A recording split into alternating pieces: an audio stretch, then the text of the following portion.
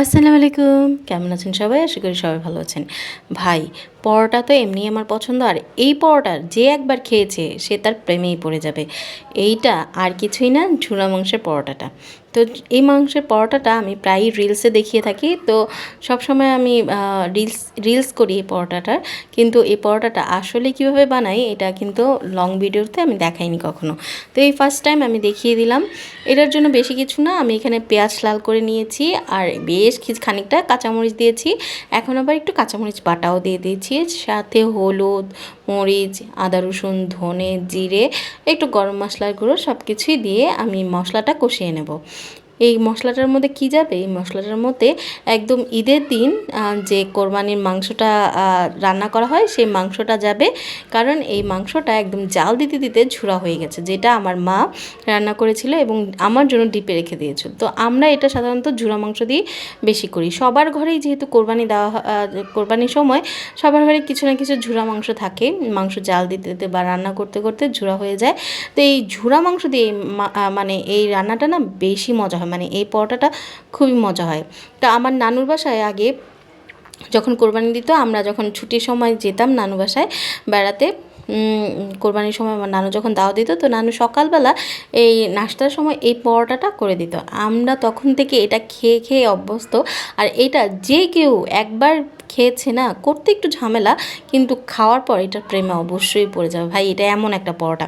তো এই যে ঝুরা মাংসটা আমি খুব ভালো করে জাল দিয়ে নিয়েছি, মানে একদম ঝুরো ঝুরো করে নিয়েছি, আর একটু ঝাল ঝাল করে নিয়েছি। করে আমি এটা একদম শুকনো শুকনো করে আমি নিয়ে আসলাম। এখানে পেঁয়াজ কুচি অনেকগুলো মেখে নিয়েছি। এখানে দিয়ে দিলাম প্রথমে রুটি করে নিলাম, রুটির উপরে দিয়ে দিলাম ডিম, কারণ ডিমটা দিলে না স্বাদটাও বেড়ে যায়, আর রুটিটা দুইটা রুটি একসাথে লাগাবো, তো একদম রুটিটা অ্যাটাচড হয়ে থাকে, মানে মানে একসাথে লেগে থাকে। তো এখানে এই যে দেখতে পাচ্ছেন মাংসটা স্প্রেড করে দিয়েছি, মাংসটা বিছিয়ে দিয়েছি, তার উপরে দিয়ে দিলাম কাঁচামরিচ পেঁয়াজ এর মাখা, তারপরে একটু ডিম দিয়ে যাতে টেস্টটা আর একটু ভালো লাগে। এই যে আরেকটা উপরে রুটি দিয়ে আমি একদম সিলগালা করে দিলাম, মানে একদম টাইট করে বন্ধ করে দিলাম।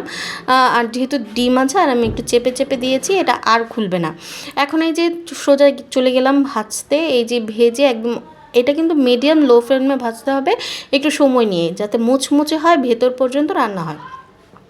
এই জন্য এই যে দেখতে পাচ্ছেন আমি খুব অল্প তেল দিয়েছি, অল্প তেলে আমি এটা হালকা হালকা করে ভেজে নিলাম। এই ভেজে নিয়ে একদম সরাসরি গরম গরম খেয়ে ফেলবেন, বিশ্বাস করেন এটা যে কী মজার।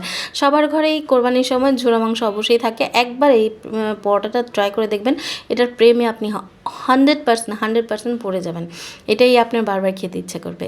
তো কেমন লাগলো জানাবেন আমাকে। এই পরোটাটা আমাদের ঘরে তো সবার পছন্দ, আমি বাস রিলে দেখাই এতদিন, আজকে আমি এটার ভিডিওটা পুরোপুরি দেখিয়ে দিলাম, যাতে আপনারাও আমার মতো করে খেতে পারেন এই ঝুরা মাংস দিয়ে।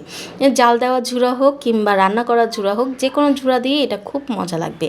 একমাত্র এই কোরবানির সময় আমাদের বেশি এটা খাওয়া হয়, আর আমরা তো সবাই খেতে খুব পছন্দ করি। কেমন লাগলো জানাবেন। ধন্যবাদ সবাইকে।